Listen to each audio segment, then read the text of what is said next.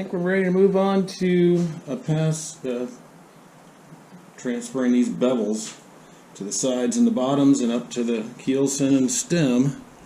In the past, I have used this brutal tool of a belt sander with a big 60 grit paper, and it works, but it kicks up a tremendous amount of dust. And I've seen some people using these power planers, they're called, not to be confused with the thickness planer. So I don't have a lot of experience with it yet. I've been messing around with it a little bit, but one of the things I really like is that it doesn't kick up as much dust, nearly as much dust.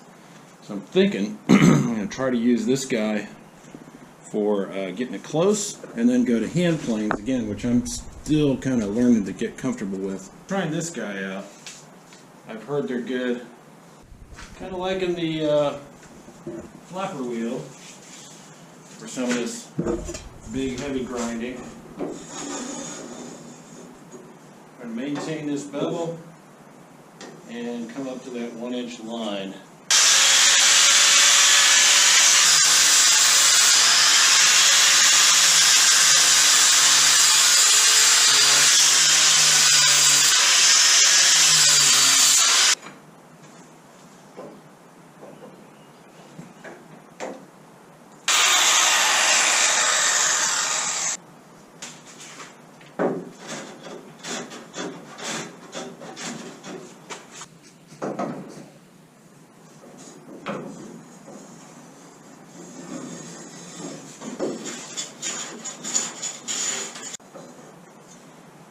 You got to leave a little bit of an extra angle because we're assuming this piece of plywood is going to be slightly curved as it comes up to take that shape.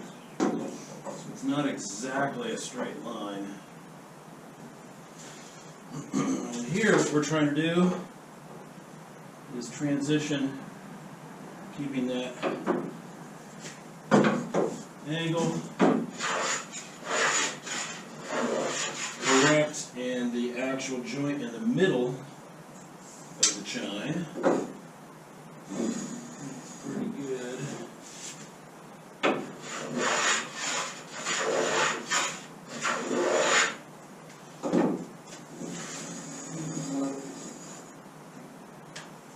I have my doubts about the radius that we're actually going to need, but until we get some plywood pieces to try, easier to remove wood than add it.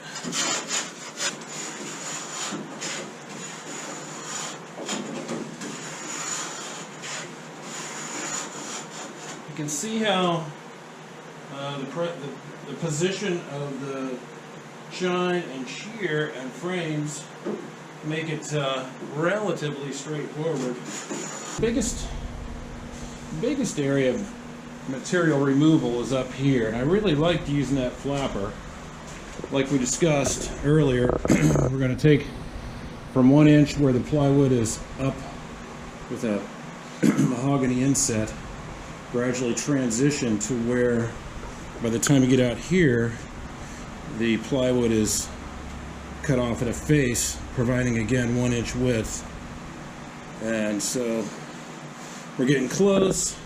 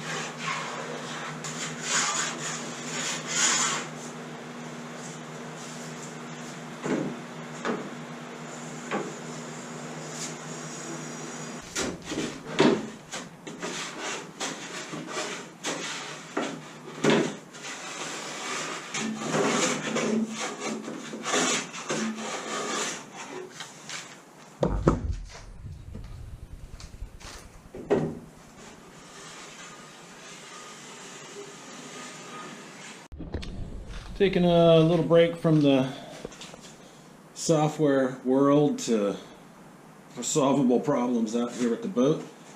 We're close to the first pass on shaping the keelson and the chine and the shear and the rib edges to the bevels. And I hope it makes sense that it just seems to me that if you get all of these pieces in the right spot with the notches cut in the right place, which is probably could be done more systematically, then this task of beveling all this stuff is relatively straightforward. You're really just shaping, like here we're shaping to this line, we're almost there. And you're looking for a consistent transition from one station to the next. You know, we're going to be looking more carefully. Like this ended up being pretty far down here, right? But over here, it ends up being a little higher, this actual chine point. So the final pass before putting the plywood on will be to take a close look at that and make sure it's pretty good. That this, like this curve here, is a little bit inconsistent. But it's relatively straightforward. It just gets a little tricky through here. You can see that depending on how you position and angle the straight edge, you get a different answer on what the appropriate bevel is. And I'm just kind of imagining what the plywood will do and trying to get the maximum glue surface for that plywood piece to lay down on. And really pretty easy and pretty enjoyable. Just gonna come out here in between meetings and make some shavings. So I think we're ready to move on to designing and constructing this Sapele or mahogany pieces, starting with the Skeg.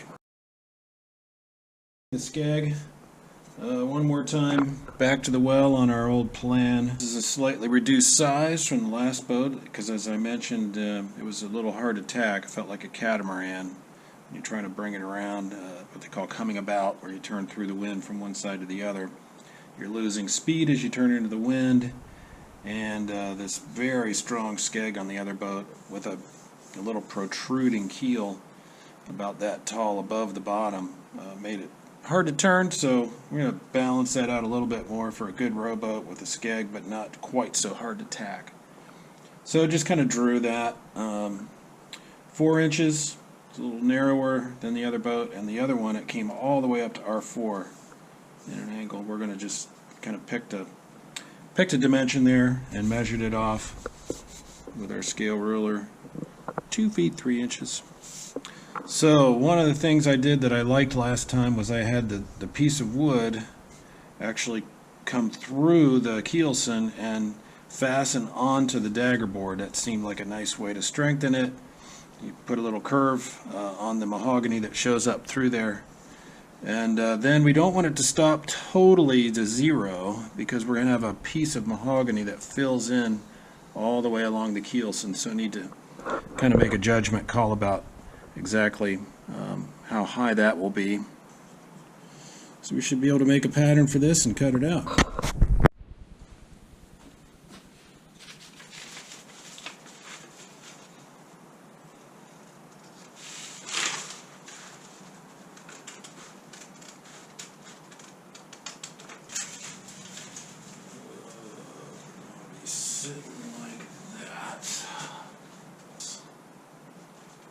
Looks correct. Gotta do what I can with the circular saw. Put a 30-degree bevel to make the angle a little bit more robust with the other filler strip. This is a straight cut here. This is nearly a straight cut.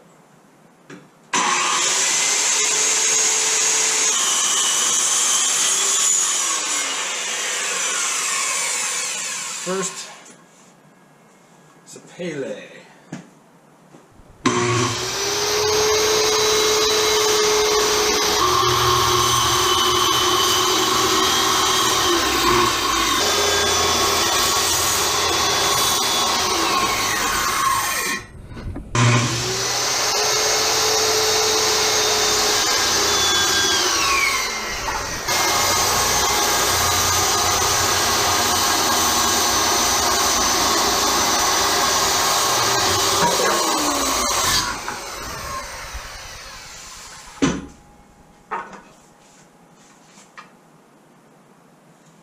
That'll do.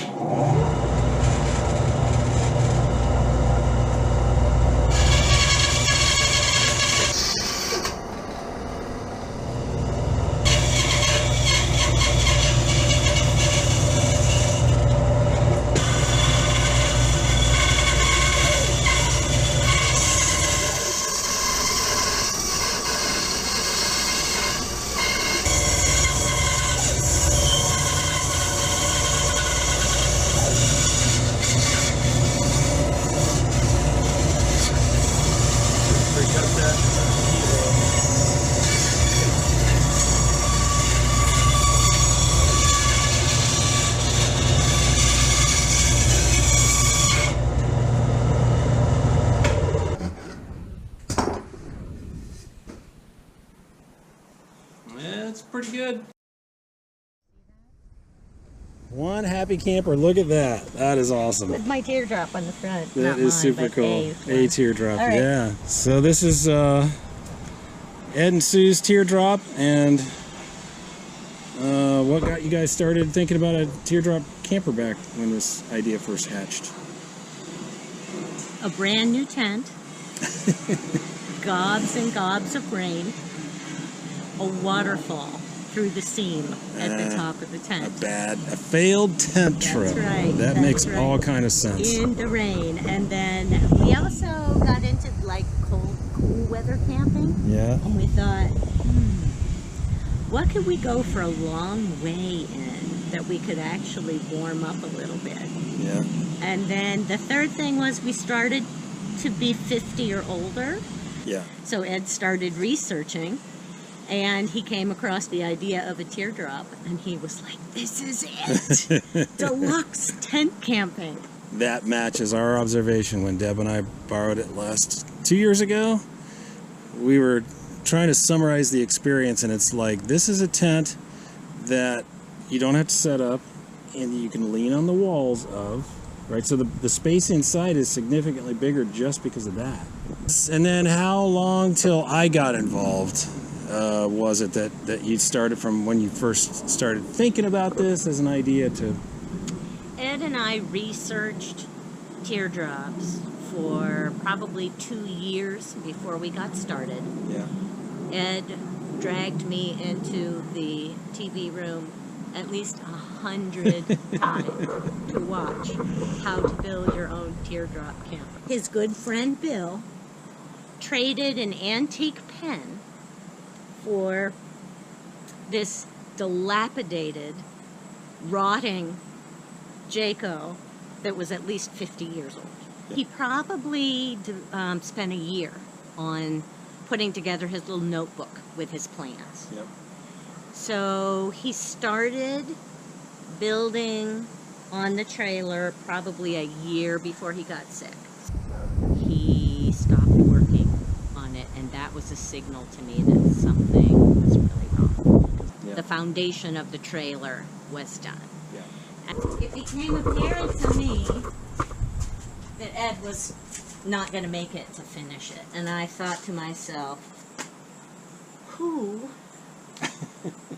could build something like this? And of all the designs that I saw, I knew that I wanted wood, a wooden model. Natural wood. And natural finish. wood finish. Right. And so he said, so the pictures I saw online of the natural wood made me think, the only person that I know that this looks like are the boats that Doug Rudy builds. Doug Rudy builds boats that look like this. So then I'm so glad you guys invited me into it. It's really, and you probably remember that right about that time we had hatched an idea to build a little workshop, yes. a one-car garage. So I, was working through that process of getting the zoning and framed it up. And I think, if I recall, about the time that this thing got into full gear, we were finishing that up. So that is the very first project in that shop when we got it closed and hauled it up there and finished it. Yeah. But it's a lot like the way I built boats. It's really amazing. The birch plywood and the epoxy fiberglass cloth, and then marine. And Ed had chosen the wood already? He knew what kind of wood? Or did I'm trying to figure that remember out? the conversations we had. I know that he wanted these side pieces 3/4 inch ply. Right. And we talked about that. And I think he did choose I think the he was wood. already persuaded that it was natural wood finish. So Yeah. that's the only game in town. I mean, Yeah. unless you're going to. Well, we will. I'll take a few more videos of our trip Oh, good. and share those good. with you as well. Thanks for sharing this. You're welcome. Your Oh, recollections. enjoy it. Enjoy it. We certainly will give it a shot. Thank you so much. Beautiful fall morning. We had our son's rehearsal dinner out here last night. He's getting married Sunday, and we ended up with the trailer that I showed you a little bit about. Ended up using the back under the trailer for the bar for our rehearsal dinner. So we're going to try to take a few minutes this morning and work a little bit more on the mahogany pieces. It's been a while. And we got our skeg cut out. I'd like to go ahead and cut the hole, test fit this notch, and then shape it as much as we can before putting it in the boat. So we need to cut a slot here.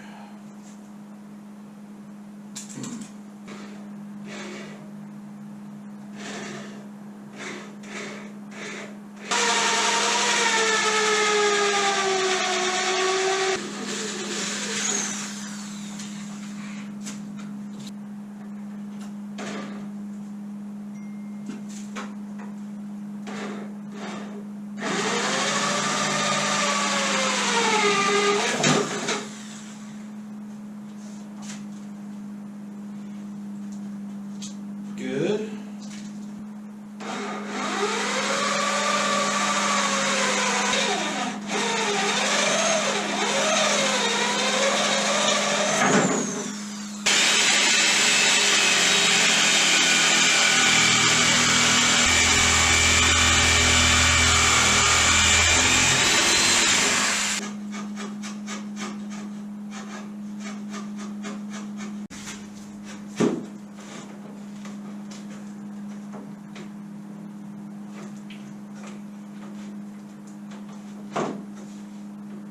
Awesome. I'm really happy with that. See how we picked up a little bit of the curve because this has become so weak. We've locked in this whole joint together, and then further strengthened this from sideways forces.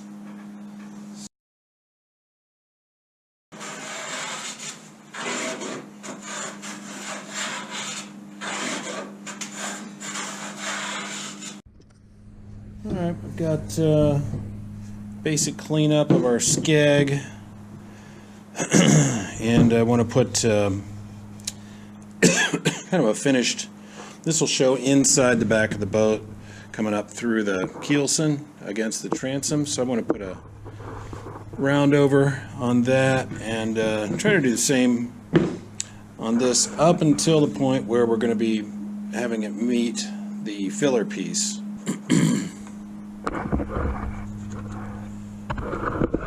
And we'll take it right on back here. This piece will eventually have the rudder when the rudder's in, continuing on down into the water. So we'll probably contour this down, but we can at least take the round over right back to the end. And that's all easier to do before it goes on the boat. So here we go. We got a little round over bit on the router table. Just do a test piece, which is always a good idea.